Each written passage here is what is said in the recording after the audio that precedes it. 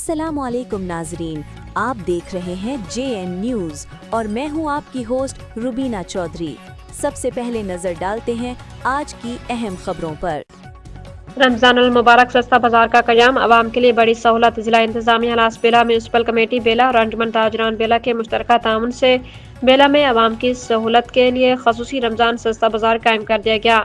सस्ता बाजार का बाकायदा इफ्तिताह असिस्टेंट कमिश्नर बेला रुमैल नईम जान, वाइस चेयरमैन MC बेला मीर मुबशिर अजीज खोसा, अंजुमन ताजरान कमेटी के अब्दुल वाहिद बलोच और काउंसलर मनोद कुमार मोहम्मद अली बलोच ने फीता काट कर किया।